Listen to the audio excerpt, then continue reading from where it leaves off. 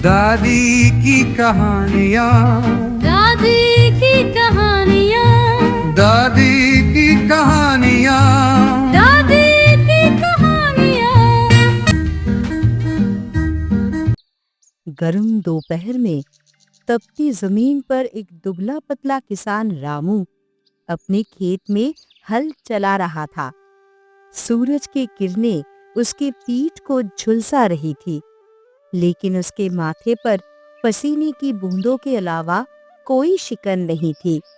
रामू, धूप बहुत तेज है, थोड़ी देर छांव में आ जाओ।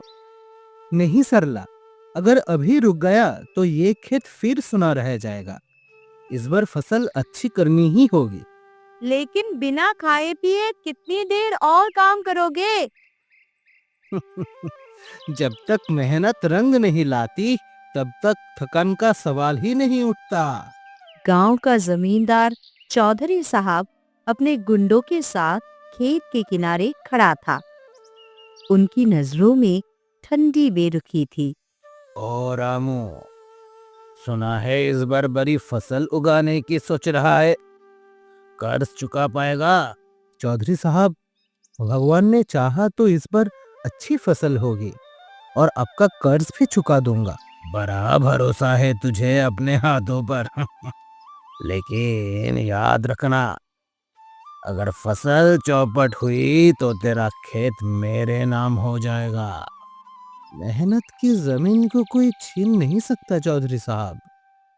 रामू का 8 साल का बेटा मोहन और 5 साल की बेटी गुड़िया खेत के पास खेल रहे थे।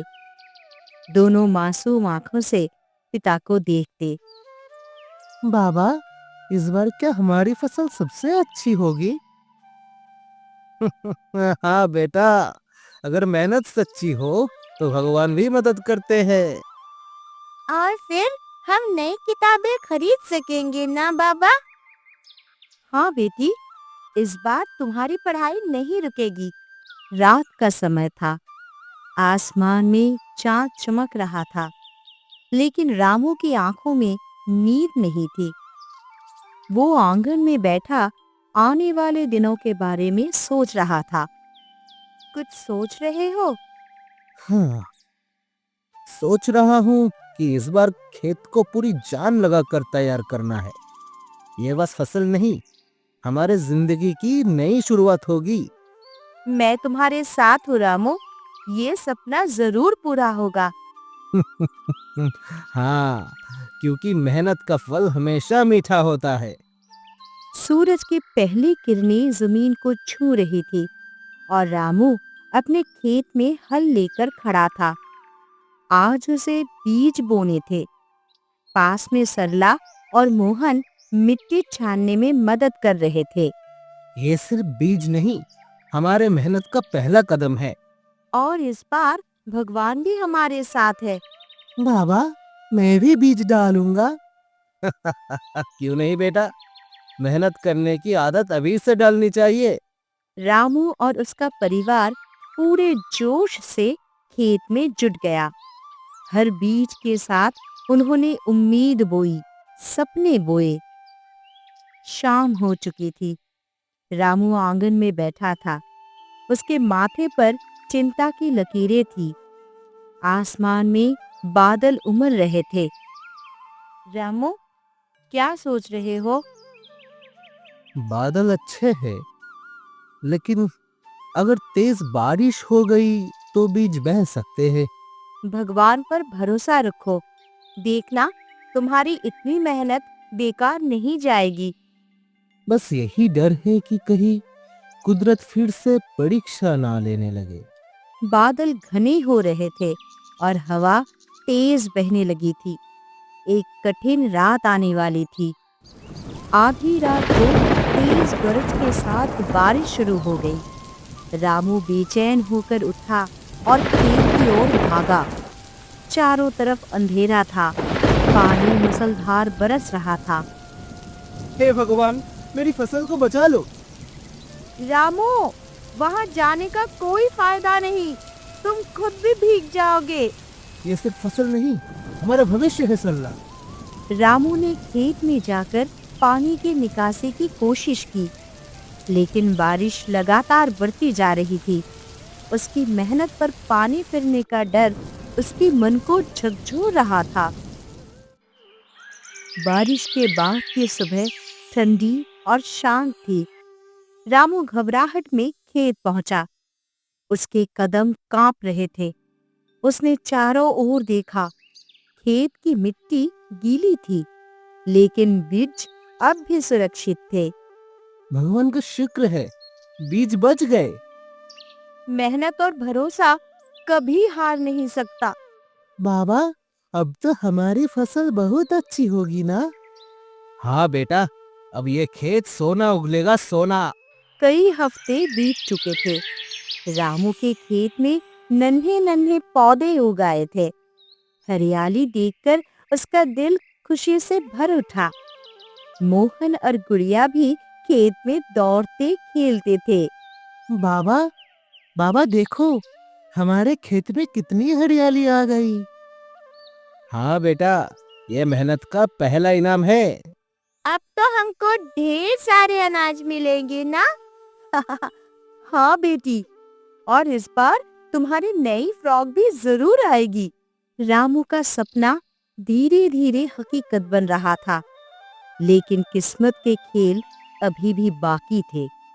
एक शाम जब रामू खेत में पानी देने गया, तो अचानक आसमान में अजीब सी हलचल हुई। देखते ही देखते हजारों टिड्डियां खेत की ओर बढ़ने लगी। ये क्या हो रहा है? रामू, भागो रामू, टिड्डियों का झुंड आ रहा है। ये सारी फसल खा जाएंगे। हे भगवान, ये तो बहुत बुरा होगा। नहीं, मैं इतनी मेहनत को बर्बाद नहीं होने दूंगा। टिड्डियां रामू के खेत पर हमला करने लगी। हरियाली खतरे में थी। गांव के सभी किसान इकट्ठा हो गए। रामू ने झटपट एक उपाय सोचा। उसने सबको खेत में आग जलाने और तेज धुआं करने को कहा। हमें ज्यादा से ज्यादा धुआं करना होगा ताकि टिड्डियां भाग जाए। बाबा, मैं भी मदद करूंगा। लेकिन रामू, ये कितना असर करेगा? बस भरोसा रखो, हमें अपनी फसल को बचाना ही होगा। चारों ओर धुआं फैलने लगा। धीरे धीरे टिड्डियां वहां से हटने लगी। रामू और गांव वालों ने मिलकर अपनी फसल को बचा लिया। सुबह होते ही रामू ने राहत की सांस ली। टिड्डियां का हमला खत्म हो चुका था और खेत को ज्यादा नुकसान भी नहीं हुआ था। रामू, तुमने बहुत बड़ी मुसीबत टाल दी। जब तक इंसान हिम्मत न हारे, कोई भी मुश्किल उसे हरा नहीं सकती। अब तो हमारी फसल और अच्छी होगी और हम खूब मजे करेंगे। गर्मियों की सुबह थी। रामू अपने खेत में खड़ा था, जहां उसकी मेहनत की सुनहरी फसल लहलहा रही थी। कटाई का समय अब आ गया था। गांव के दूसरे किसान भी उसे बधाई देने आए। रामू, तेरी मेहनत रंग लाई। ऐसे फसल तो सालों में देखने को मिलती है। हाँ, सच में, अब तुझे अमीर बनने से कोई नहीं रोक सकता। अमीर तो मैं पहले ही था, क्योंकि मेरे पास मेहनत और भरोसे की दौलत जो था। रामू ने दरांती उठाई और पहला पौधा काटा। उसकी आंखों में संतोष की चमक थी, लेकिन अभी एक और चुनौती उसका इंतजार कर रही थी। गांव का जमींदार चौधरी रामू की सफलता से जल रहा था। वो नहीं चाहता था कि रामू आगे बढ़े। उसने अपने गुंडों के साथ मिलकर एक खतरनाक योजना बनाई। इस बार रामू की फसल बच गई, पर उसके फसल को मैं मंडी तक पहुंचने ही नहीं दूंगा। क्या हुक्म है मालिक? उसके अनाज के गोदाम को आग लगा दो। देखते हैं फिर कैसे वो अपनी मेहनत का फल चखता है। रात होते ही चौधरी के आदमी चोरी छिपे रामू के अनाज भंडार में आग लगाने पहुंच गए। आधी रात को रामू गहरी नींद में था। तभी अचानक बाहर शोर मचने लगा। जब वो भागकर बाहर आया तो देखा कि उसका अनाज भंडार आग की लपेट में घिरा हुआ था। रामू, रामू, हमारी पूरी फसल जल रही है। बाबा, अब क्या होगा? घबराओ मत, हम सब मिलकर इसे बुझाएंगे। गांव के सभी लोग रामू की मदद के लिए दौड़ पड़े। बाल्टी, मिट्टी, कपड़े, जो हाथ लगा उससे आग बुझाने की कोशिश शुरू हो गई। कई घंटे की मेहनत के बाद आग बुझा दी गई, लेकिन बहुत सा अनाज जल चुका था। रामू थका हुआ जमीन पर बैठ गया। उसकी आंखों में आंसू थे। रामू, ये जरूर किसी की साजिश थी। हाँ, मेरी मेहनत का कुछ हिस्सा जल गया, पर मेरा हौसला नहीं। हम सब मिलकर तुम्हारी मदद करेंगे। हाँ, तुम्हारी बची हुई फसल को मंडी तक पहुंचाने में हम सब साथ देंगे रामू। गांव वालों के समर्थन से रामू को नई ताकत मिली। अब उसे और भी ज्यादा विश्वास था कि अपनी मेहनत का पूरा फल वो पाएगा।